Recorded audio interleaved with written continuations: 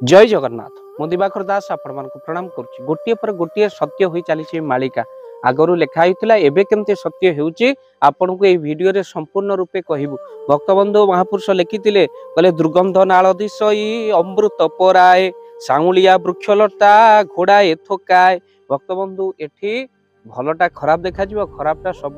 भल देखा अर्थात दुर्गंध नाल एठी अमृत पराए देखा।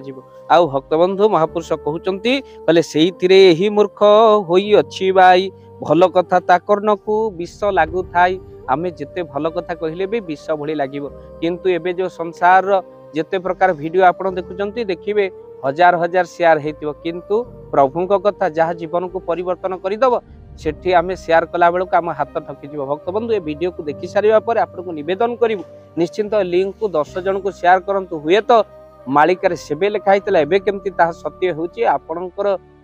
परिचय रे थिबा व्यक्ति माने अनुभव करि परिबे। भक्तबंधु महापुरुष कौन लिखिचंती बड़ सुंदर भाव रे कौन कहिले कहले केबे भी तार चेतना टिके न आसई रौरव भोगिब जे अंध्र तामिस पाई। जो माने निशाखोर जो माने कौन ना परद्रव्य परनारी हरण करुचंती से रौरव नरक रे निश्चिंत भाव रे पड़िबो। कहले बहु पुरुष जदि बा करू थाई नारी अमृत भांड पराए देवे से पासोरी थोके 10 वर्षी कन्या रजवती हेबे 10 वर्ष कन्या रजवती हेबो मालिकारे लेखा होईची। कहले 11 वर्षे पुत्र जन्म करिवो 11 वर्ष रे मध्य भक्तबंधु कन्या कौन करिवो ना पुत्र संतान जन्म करिवो। भक्तबंधु एबे को कहीं से नजर आसिनी कथा किंतु महापुरुष लिखिचंती 10 वर्ष कन्या रजवती हेबा सहित 11 वर्ष रे माँ से माने कौन करिवे ना पुत्र संतान जन्म देवे। भक्तबंधु पुनश्च महापुरुष लिखिले कहले 12 वर्षर जेहु बालिका अटई 2-4 पतितोष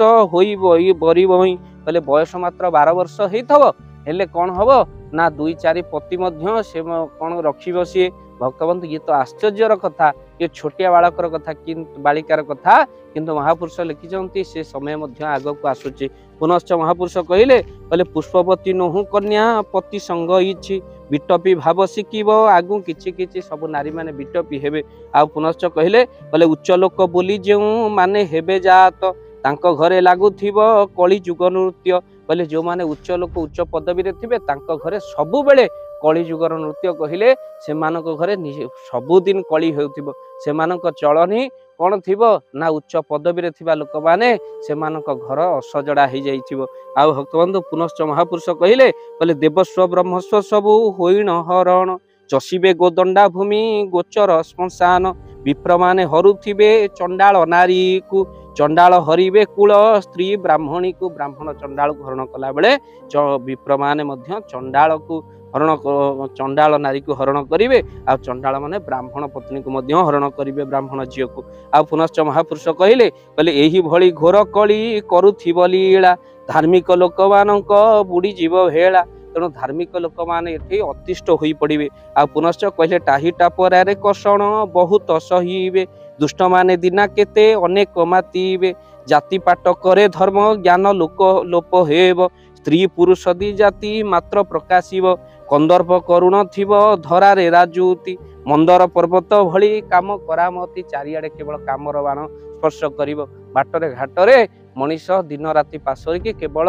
कौन ना काम रति माती थी। भक्तबंधु एमती समय आसूची आग को कहले पुनश्च महापुरुष कहले कहले पिता को चाकर तुल्य मणि बेकु मोर बापा को चाकर भली रखिबे परिचय दियइबे सेही परकार चाकर भली देबे आ तांको परिचय देबा मध्ये आजिकारी पिला कुंठाबोध करिवे। कहले मुंड परे बसैबे नेई निज नारी बयस न हेउ थोके घेनी अन्य परी। भक्तबंधु आ पुनश्च मुंड पर निज पत्नी को बसई अन्य परिवार लोकों को दूरे देबे आउ जुळु जुळु चाहुण थिबे चारि दिग को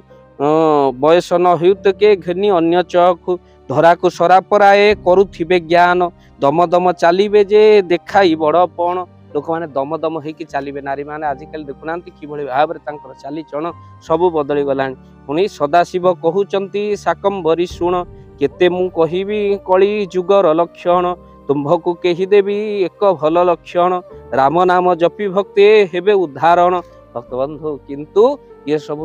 अन्याय अत्याचार भितरे मंद भितर तो भल किछि अछि ना समस्ते राम नाम जपियो बोली भक्तबंधु लिखा होता मालिकार आज सत्य है घरे घरे आज प्रभु रघुनाथंकर प्राण प्रतिष्ठा पर घरे घरे राम नाम गुंजरण पुणी थे आउ थे दीपावली आम पालन कलु एवं समस्त घरे गोटे शब्द जय श्रीराम जय श्रीराम जय श्रीराम ये कथा सत्य हो गोटे भल कथा शुण बोली शिव पार्वती को कही से कथा हूँ कौन राम नाम जपी भक्ति हे उदाहरण से कही एबे देखंतु मालिका सत्य है कहले झरारे धरारे जन्मी जेते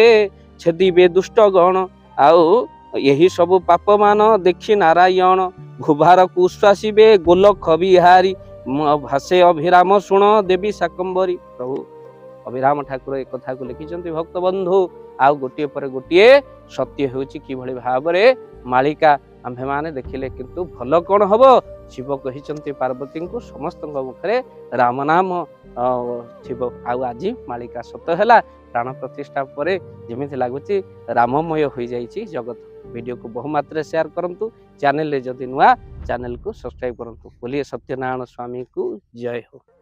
एबे सारा ओडिशा रे शीतर दाऊ मनीष हेउची शीतरे छटपट बुढ़ा बुढ़ी मानकर अवस्था कहिले न सरे आम्भे माने रूम हीटर दे घरे सोचु अनेक जगह शीतर लहरी एते जोर रे होउची जे कंथा कमल मध्य रखुनी तो सेति पई आपण माने भाबंतु जदि गोटे असहाय गरीब परिवार रे गोटे कंबल नथिबो कि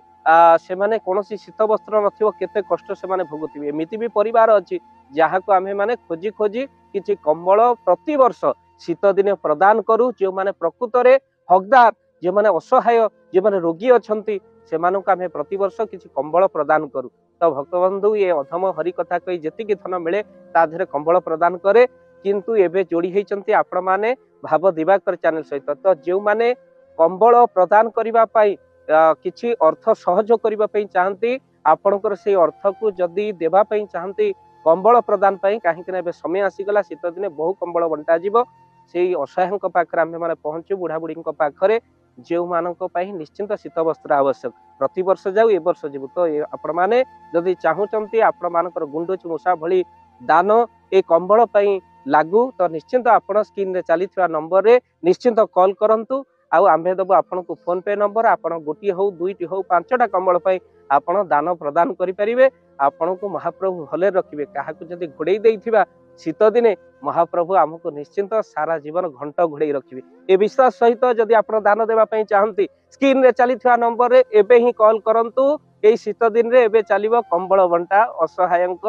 प्रति या आपण को सहयोग जय जगन्नाथ।